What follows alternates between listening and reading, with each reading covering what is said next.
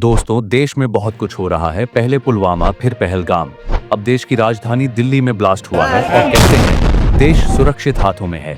इधर दिल्ली में ब्लास्ट हुआ, करीब 12 लोग मार दिए गए और 20 से ज्यादा लोग घायल हैं, अस्पतालों में हैं। और उधर हमारे देश के प्रधानमंत्री नरेंद्र मोदी भूटान के चौथे राजा 70वें जन्मदिन के समारोह में उनके जन्मदिन की खुशियों में शामिल होने के लिए भूटान पहुंच गए हैं।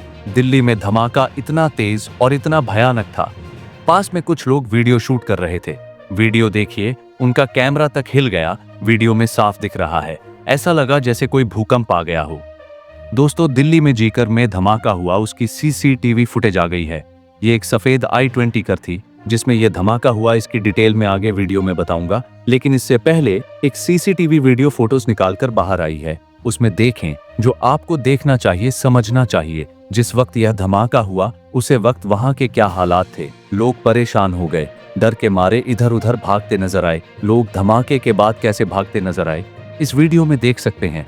अब लगता है देश के मंत्रालय को ऑफिशियली विधानसभा चुनाव प्रचार समृद्धि की सारी जिम्मेदारी भाजपा के सारे छोटे नेताओं से लेकर अपने कंधे पर ले लेना चाहिए, क्योंकि अब गृह मंत्री को, प्रधानमंत्री को विधानसभा चुनाव की चिंता रहती है। चुनाव प्रचार में व्यस्त हैं और विपक्ष तमाम तरीकों के आरोप लगा रहे हैं, लेकिन देश में क्या हो रहा है, क्या जवाबदेही है, इसमें इनको कोई लेना देना नहीं है।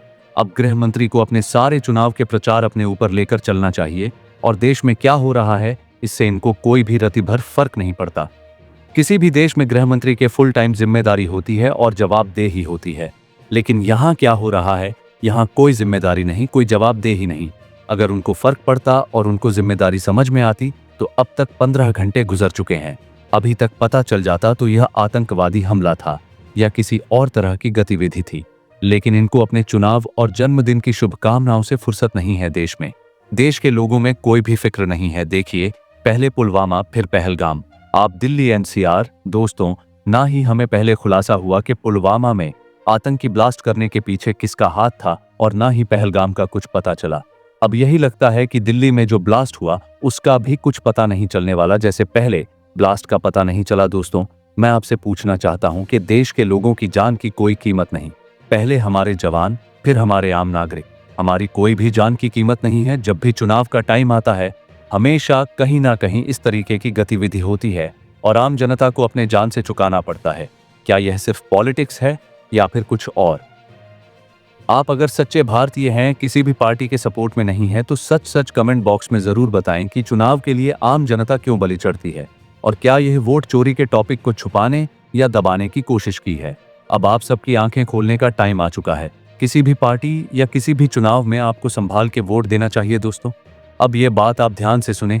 क्या आपके घर में कोई हादसा होता है तो क्या आपके घर के बड़े किसी पार्टी या फंक्शन अटेंड करना उनके लिए इंपॉर्टेंट होता है, या आपके घर में जो हादसा वहां जाना इंपॉर्टेंट है?